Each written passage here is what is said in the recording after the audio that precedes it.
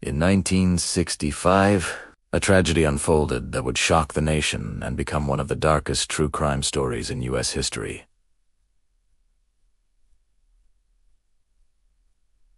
Sylvia Likens and her sister Jenny were left in the care of Gertrude Boniszewski, a seemingly ordinary woman in Indianapolis. What should have been a temporary arrangement turned into a nightmare that would haunt true crime enthusiasts for decades to come. Before we delve into this chilling tale, a word of caution. The following content contains disturbing details that may not be suitable for all viewers. Discretion is strongly advised. Sylvia's story began with hope, as many tragic tales do. Her parents, carnival workers, believed they were leaving their daughters in capable hands while they traveled for work. Little did they know that the Boniszewski household would become the stage for unimaginable cruelty and suffering. At first, life in the Boniszewski home seemed strict but manageable. Gertrude, the mother of 7, imposed rules and chores on their new charges. But as days turned into weeks, the atmosphere in the house began to darken. Sylvia, a pretty and outgoing teenager, became the target of Gertrude's inexplicable rage and jealousy. The mistreatment started small, harsh words, unfair punishments, and isolation from the other children, but it quickly escalated into something far more sinister.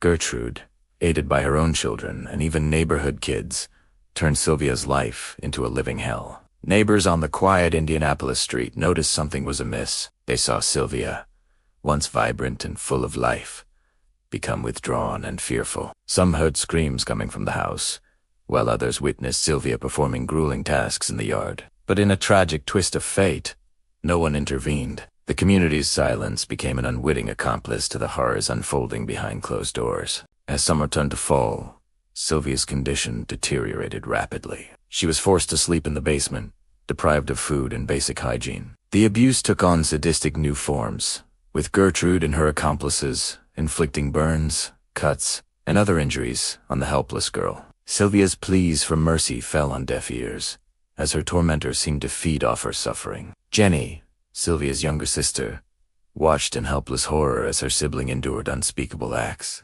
Disabled and fearful, Jenny was powerless to stop the abuse or seek help. The bond between the sisters, once a source of strength, became a painful reminder of their shared nightmare. October 26, 1965, marked the tragic end of Sylvia's ordeal. After months of relentless abuse, her body finally gave out. Police, responding to an anonymous tip, discovered Sylvia's battered and emaciated body in the basement of the Boniszewski home. The scene that greeted them was so horrific that even hardened officers were left shaken. The subsequent investigation uncovered the full extent of the atrocities committed against Sylvia. Medical examiners cataloged over 150 separate injuries on her body, ranging from burns and cuts to severe malnutrition. The basement where Sylvia spent her final days became a grim testament to human cruelty, with crude carvings on her skin serving as a final, heartbreaking indignity. As news of Sylvia's death spread, the community that had remained silent for so long was forced to confront its collective failure. Neighbors who had turned a blind eye now grappled with guilt and disbelief. How could such evil exist in their midst,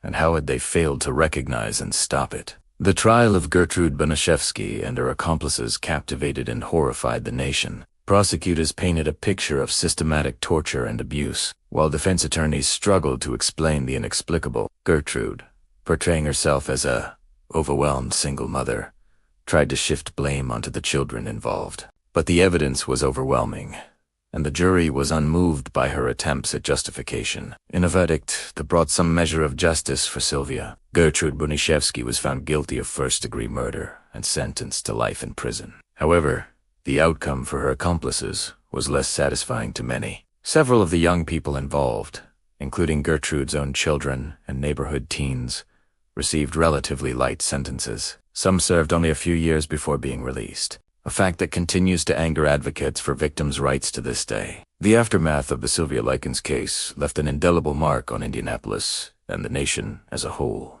It sparked discussions about child abuse, community responsibility, and the dark potential that exists within seemingly ordinary people. Social workers and law enforcement agencies reevaluated their protocols for identifying and responding to signs of abuse, hoping to prevent future tragedies. For Jenny Likens, survival came with its own burden. She spent years grappling with survivor's guilt and the trauma of what she had witnessed. Her testimony at the trial was crucial in securing convictions, but it also forced her to relive the horrors she had endured alongside her sister. In the years that followed, Jenny became an advocate for abuse victims, using her painful experiences to help others and ensure that Sylvia's memory lived on. The case of Sylvia Likens serves as a chilling reminder of the consequences of collective silence and inaction. It demonstrates how cruelty can flourish when those in a position to intervene choose to look away. The complicity of the neighborhood children who participated in or witnessed the abuse raises uncomfortable questions about the nature of evil and the power of peer pressure. Decades later, the Sylvia Likens case continues to fascinate and disturb true crime enthusiasts and social historians alike. Books, documentaries, and even feature films have attempted to make sense of the senseless violence inflicted on an innocent girl. Each retelling serves as a grim reminder of the darkness that can exist behind the facade of normalcy in any community. As we reflect on Sylvia's story, we are confronted with uncomfortable truths about human nature and societal responsibility. The case challenges us to consider how we might react in similar circumstances, and whether we would have the courage to speak up in the face of evil. It reminds us that vigilance and compassion are not just virtues, but necessary safeguards against the worst impulses of humanity. The legacy of Sylvia Likens lives on, not just in true crime annals, but in changed laws, improved social services, and a heightened awareness of the signs of abuse. Her tragic story serves as a call to action, urging us to be more attentive to the welfare of those around us and to have the courage to intervene when we suspect something is wrong. As we close this chapter of one of the most disturbing cases in American true crime history,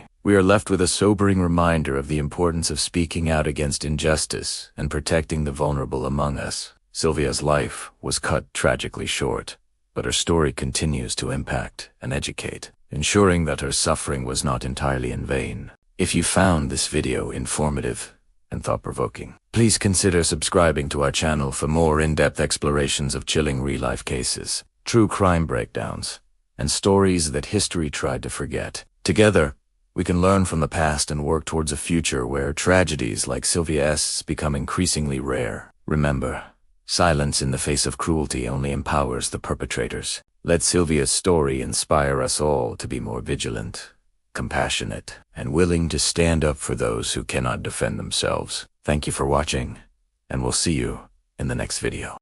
On a crisp November morning in 2005, the tranquil town of Robinson, Texas was jolted awake by a frantic 911 call. Arlene Gentry. His voice trembled as she reported a horrifying scene. Her husband Keith lay motionless in their bed, gravely wounded. She painted a picture of chaos. The back door stood ajar. Guns were missing, and Keith's life hung by a thread. The community held its collective breath, but hope faded quickly. 2 days later, Keith Gentry succumbed to a single gunshot wound to the head. At first glance, all signs pointed to a tragic home invasion gone wrong. But as investigators delved deeper, unsettling details began to emerge. The crime scene felt off, somehow staged rather than the chaotic aftermath of a genuine break-in. Outside, guns were found neatly stacked, as if carefully placed rather than hastily discarded by fleeing intruders. It was a detail that nagged at detectives, a loose thread that, when pulled, began to unravel the entire narrative Darlene had woven. The real breakthrough came in the most mundane of places, the family's trash can. Nestled among the everyday detritus, investigators discovered a pair of latex gloves. These weren't just any gloves. They were a treasure trove of damning evidence. Gunshot residue clung to their surface, a silent testimony to their presence at the moment the fatal shot was fired, but the gloves had more secrets to reveal. DNA analysis showed traces from both Keith and Darlene, linking them inexorably to the crime. And there, caught in the finger of one glove, was the final piece of the puzzle. A single, .22 caliber shell casing matching the bullet that had ended Keith's life. As investigators dug into the Gentry's background, a picture of a marriage under strain began to emerge. Financial troubles had cast a long shadow over their relationship, creating tension and resentment. But there was another factor that cast Darlene's actions in an even more sinister light. Keith's life insurance policy. Worth nearly $750,000, it provided a powerful motive for murder disguised as a random act of violence. Despite the mounting evidence, Keith's parents stood firmly by Darlene's side. They couldn't believe their daughter-in-law capable of such a heinous act, clinging to the hope that there must be another explanation. But their faith was about to be shaken to its core by a series of events that would leave no room for doubt. The investigation took an unexpected turn when Darlene approached a local landowner with an unusual request. She asked him to fill in a pond on the property, a seemingly innocuous favor that immediately set alarm bells ringing for the police. Acting on their suspicions, they conducted a thorough search of the pond before it could be destroyed. Their efforts were rewarded with the discovery of the murder weapon, a .22 caliber revolver, the missing piece that tied all the evidence together. But the investigators weren't content to rest on this discovery. They devised a plan to catch Darlene red-handed, to prove beyond any doubt that she knew exactly where the gun had been hidden. Hidden cameras were strategically placed around the pond, their lenses trained on the murky waters. The trap was set, and they didn't have to wait long for Darlene to take the bait. The footage captured was as damning as it was chilling. There, in full view of the hidden cameras, was Darlene Gentry, wading into the cold pond waters. Her movements were purposeful, her search focused on the exact spot where the gun had already been recovered. It was a moment of absolute certainty, erasing any lingering doubts about her involvement in Keith's death. As 2007 dawned, Darlene Gentry found herself facing a jury of her peers. The trial that unfolded was a meticulous presentation of the overwhelming evidence against her. Prosecutors painted a vivid picture of a carefully planned murder, disguised as a botched burglary. They walked the jury through each piece of evidence: the suspiciously staged crime scene, the incriminating gloves with their telltale traces of gunshot residue and DNA, and the dramatic video of Darlene searching the pond. The defense fought hard, trying to sow seeds of doubt and offer alternative explanations. But in the face of such compelling evidence, their efforts felt increasingly desperate. As the trial progressed, the image of Darlene as a grieving widow crumbled, replaced by that of a calculating killer who had taken her husband's life for financial gain. When the jury returned with their verdict, the courtroom fell silent. The word guilty echoed through the room, sealing Darlene's fate. The judge's sentence was equally decisive: 60 years in prison, a term that would likely see Darlene spend the rest of her life behind bars. As she was led away, the full weight of her actions seemed to settle on her shoulders, the realization that she had not only taken a life, but destroyed her own in the process. The aftermath of the trial left a family shattered. Keith's parents, who had stood by Darlene for so long, now faced the heartbreaking task of raising their 3 grandsons. These young boys, innocent victims of their mother's actions, would grow up without either parent, their father taken by violence, their mother by justice. It was a cruel legacy, a reminder of how one person's choices can ripple out to affect so many lives. Years have passed since that fateful November morning, but the case continues to haunt the town of Robinson. Darlene Gentry, now a fixture in the Texas prison system, has never wavered from her claim of innocence, despite the mountain of evidence against her. Despite the video that caught her returning to the scene of her crime, she maintains that she played no part in Keith's death. Her unwavering denial adds another layer of tragedy to an already heartbreaking story. For Keith's family, for the sons growing up without their parents, there can be no closure as long as Darlene refuses to acknowledge her guilt. It's a final act of selfishness, denying them even the small comfort of the truth. The case of Darlene and Keith Gentry serves as a stark reminder of the devastating consequences of betrayal and greed. It's a story that continues to be told in Robinson, a cautionary tale about the darkness that can lurk behind the facade of a seemingly normal life. For those who remember that November morning, who lived through the shock and the grief that followed, the wounds may have healed, but the scars remain. A permanent reminder of the day their quiet town became the setting for an unthinkable crime. As Darlene Gentry serves out her sentence, her sons continue to grow, shaped by the absence of both their parents. They carry with them the weight of their family's tragic history, a burden no child should have to bear. And in the quiet moments, when the noise of the world fades away, one can't help but wonder, Does Darlene ever think about the lives she's changed forever? Does she ever wish she could turn back time and make a different choice? Or does she cling to her claims of innocence, even in the face of her own reflection? The story of Darlene and Keith Gentry is more than just a true crime tale. It's a tragedy of Shakespearean proportions. A reminder of the fragility of trust and the devastating power of deceit. It stands as a somber testament to the fact that sometimes the greatest dangers we face are not from strangers, but from those closest to us, the ones we should be able to trust with our very lives. I was 18 when this happened. It was summer, no school, no job. Most of my days were spent inside playing games, watching YouTube, or just relaxing. My parents were out of town, leaving me home alone. That wasn't unusual. Sometimes I'd invite friends over, but that night I was enjoying the quiet, watching Netflix and scrolling on my phone. It was around midnight when I heard a knock at the front door. At first I almost opened it without thinking, but then I realized how late it was. I looked through the peephole and saw two men in similar clothes, standing silently. They called out asking for my parents by name. I stayed quiet. After a moment, they whispered to each other and walked off. But no headlights, no car. It seemed they had come on foot. Minutes later, I heard footsteps again. This time they went around the house. I saw them slip through the fence into my backyard. They started tampering with the back door. I hid in the garage and called the police. Then I heard the loud crack of the door breaking. The men went inside, heading upstairs, closing a bedroom door behind them. Silence followed. 10 minutes later, police arrived. The men argued upstairs before officers arrested them. They never explained why they were there, only charged with breaking and entering. But it seemed like they were waiting for my parents to come home. Years passed, and I thought I'd left that fear behind. I moved to Wyoming, living alone on a large property surrounded by woods.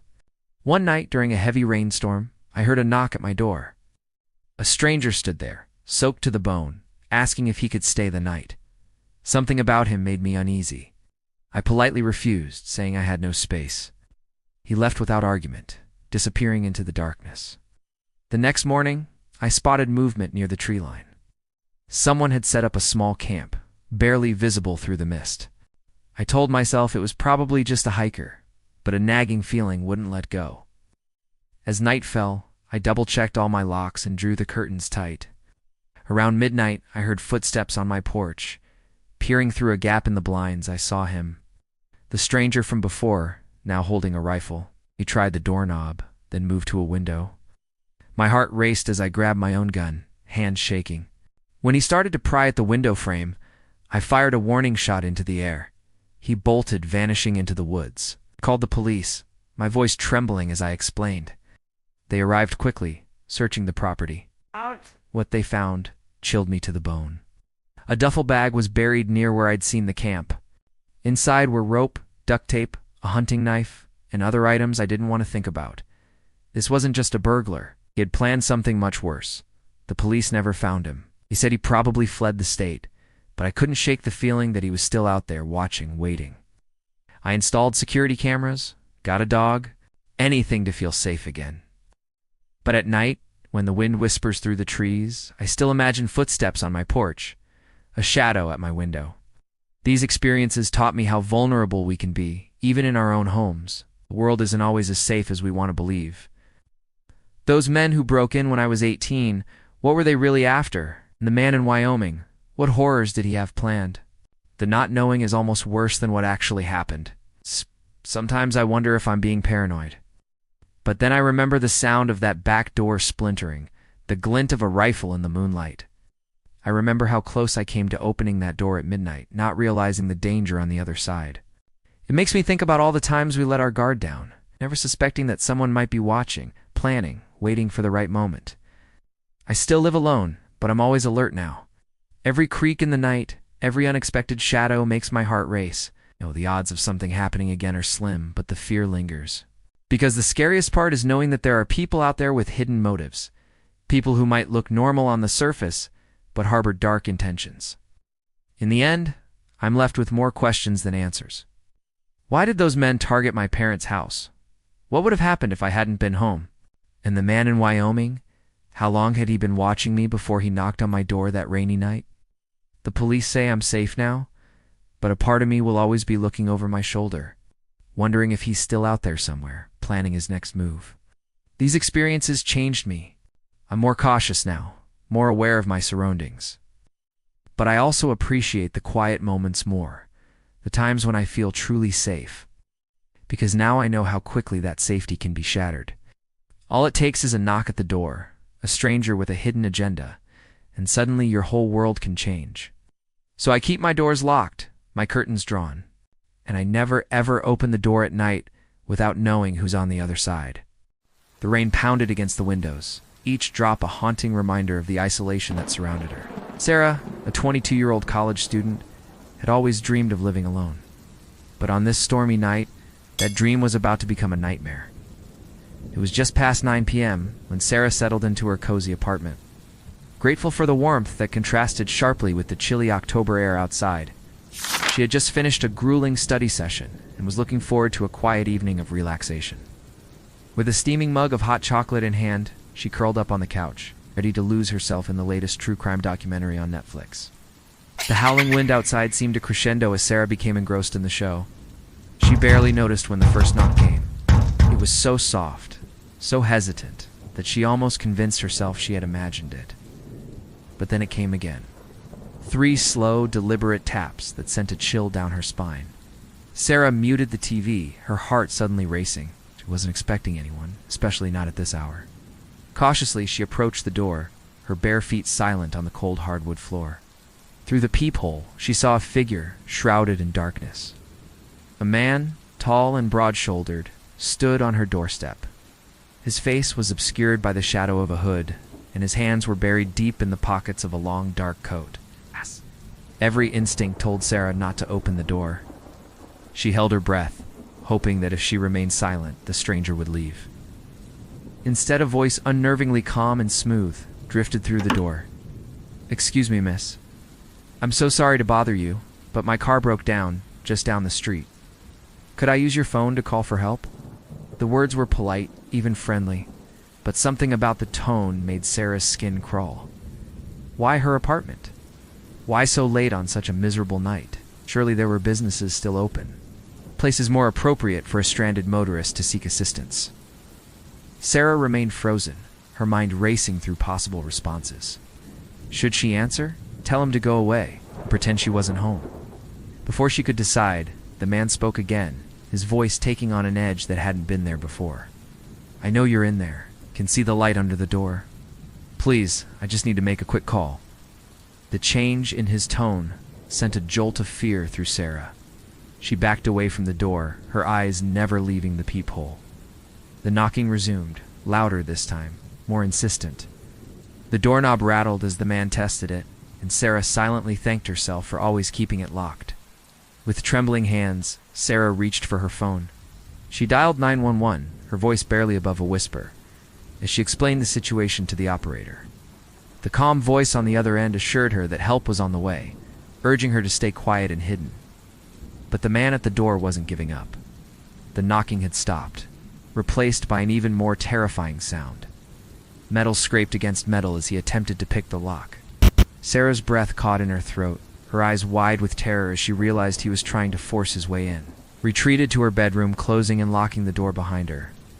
The sound of splintering wood echoed through the apartment as the front door finally gave way. Heavy footsteps moved through the living room, slow and deliberate. Sarah pressed herself against the far wall, praying that the bedroom door would hold. Just when she thought all hope was lost, a new sound cut through the night. Sirens wailed in the distance, growing louder with each passing second. The footsteps in the living room faltered, then quickened. Sarah heard the front door slam, followed by the sound of running feet on the wet pavement outside. When the police arrived moments later, they found Sarah huddled in her bedroom, shaken but unharmed. The front door hung off its hinges, a stark reminder of how close she had come to disaster. Despite an extensive search of the area, the mysterious intruder was never found. In the days that followed, Sarah learned that she wasn't the only one who had been targeted. Several other young women in the area reported similar incidents. A man at the door, asking for help, becoming increasingly aggressive when turned away.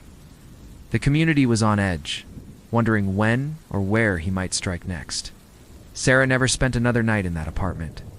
The experience left her with a deep-seated fear that took years of therapy to overcome. Even now, years later, the sound of rain against windows or an unexpected knock at the door can send her heart racing. The case of the man at the door remains unsolved to this day. Was he a simple burglar or something far more sinister? Did he specifically target Sarah, or was she just a random victim of opportunity? These questions haunt Sarah and the community to this day. As you lock your doors tonight and settle in for the evening, ask yourself, what would you do if you heard that knock? Would you open the door? And remember, sometimes the most terrifying monsters aren't the ones in movies or books. They are the ones waiting just outside, in the shadows of a rainy night. Subscribe for more chilling true crime stories that will make you think twice about answering the door. In 2014, a young German tourist vanished into thin air, leaving behind a trail of mystery that would captivate millions. This is the story of Lars Mittank, the man who became YouTube's most famous missing person. Lars was just 28 years old, enjoying a carefree vacation with friends on the Bulgarian coast. Athletic, healthy, and full of life, he seemed an unlikely candidate for one of the internet's most enduring mysteries. But a series of strange events would soon spiral into a disappearance that continues to baffle investigators and amateur sleuths alike. It all began with a seemingly minor incident at a local bar. A scuffle broke out, leaving Lars with a ruptured eardrum. Doctors advised him not to fly and prescribed antibiotics. From that moment on, Lars's behavior took a sharp and inexplicable turn. Friends reported that Lars grew increasingly paranoid and agitated. He began making frantic phone calls to his mother back in Germany, insisting that he was being followed by shadowy figures. "Mum, they're after me," he pleaded, begging her to cancel his credit cards and bank accounts. Those close to him were baffled by this sudden change in demeanor. The once carefree tourist now seemed consumed by an invisible threat. But nothing could prepare anyone for what happened next. On July 8, 2014, security cameras at Varna Airport captured footage that would soon be viewed by millions around the world. The grainy video shows Lars pacing nervously in the terminal, his eyes darting back and forth. Suddenly, without warning, he bolts. We see Lars sprint through the airport, weaving past bewildered travelers. He drops his luggage, pushes past security, and bursts through the exit doors.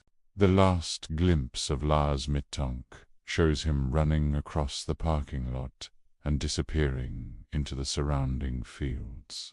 Those 30 seconds of footage would become the cornerstone of one of YouTube's most viral true crime mysteries. In the years since Lars vanished, countless theories have emerged to explain his bizarre behavior and sudden disappearance. Some believe he suffered a severe mental health crisis, possibly triggered by his medication or the trauma of his injury. The paranoia, confusion, and erratic actions could point to a psychotic break. Others suspect more sinister forces at play. Could Lars have stumbled upon something he wasn't meant to see? Was he really being pursued by dangerous individuals?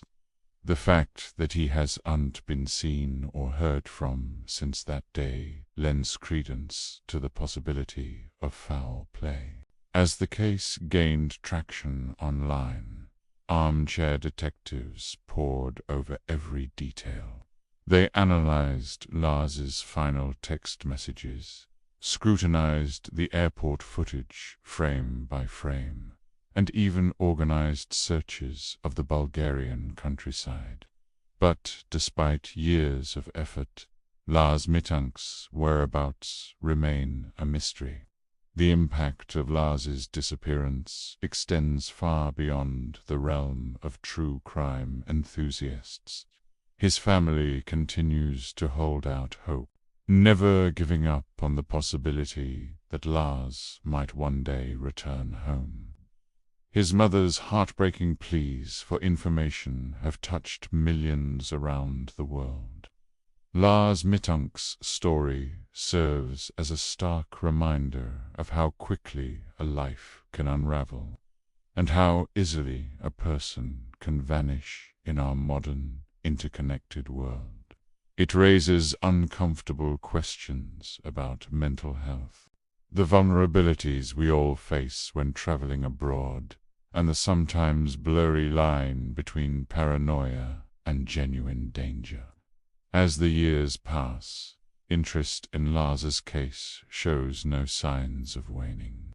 New videos, podcasts, and online discussions continue to dissect every aspect of his final days in Bulgaria. Each piece of content brings a fresh wave of theories, debates, and calls for renewed investigation. The surveillance footage of Lars's frantic dash through the airport has become iconic in true crime circles. Those fleeting moments, a young man in obvious distress, making a desperate bid for what? Safety, freedom, escape from unseen pursuers, continue to haunt viewers.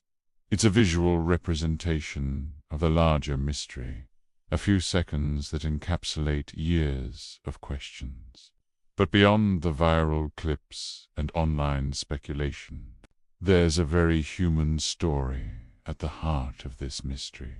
Lars Mittank was not just a subject for internet sleuths or true crime aficionados. He was a son, a friend, a young man with his whole life ahead of him. His disappearance left a void in the lives of those who knew and loved him. The case also shines a light on the power and pitfalls of internet-driven investigations. While the online community has kept Lars's story alive and generated valuable leads, it has also been a breeding ground for wild speculation and sometimes harmful conspiracy theories. The line between genuine concern and morbid fascination can often blur in the world of true crime content. As time passes, the likelihood of finding concrete answers in Lars's case grows slimmer. Yet the mystery continues to captivate new audiences. Each share, each view, each comment represents someone else drawn into the orbit of this perplexing disappearance. In a sense, Lars Mittank has become more than just a missing person. He has become a symbol of the unexplained, a reminder of how fragile our sense of security can be. The story of Lars Mittank forces us to confront uncomfortable truths. How well do we really know the people in our lives? How quickly can a seemingly normal situation spiral out of control? And perhaps most disturbingly, could something like this happen to any one of us? As we reflect on Lars's case, we're left with more questions than answers. Was he running from real danger, or fleeing the demons in his own mind? Did he meet with foul play in those Bulgarian fields, or is he out there somewhere, living a new life under a new identity? Will his family ever get the closure they so desperately seek? The mystery of Lars Mittank serves as a modern-day cautionary tale, a digital-age ghost story that continues to haunt and fascinate in equal measure.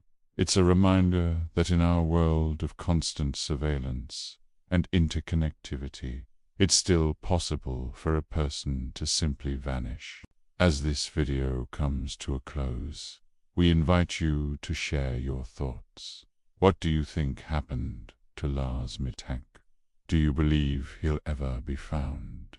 And what does his story tell us about the nature of mystery in our modern world? Leave your theories in the comments below. And remember, sometimes the most baffling mysteries are the ones that happen to ordinary people on ordinary days. The case of Lars Mittank remains open, his fate unknown. But as long as people continue to watch, share, and discuss his story, Lars will never truly be forgotten. He lives on in the collective curiosity of millions, a perpetual question mark in the annals of true crime. And perhaps, someday, those questions will finally be answered. Please subscribe to my channel for weekly news stories.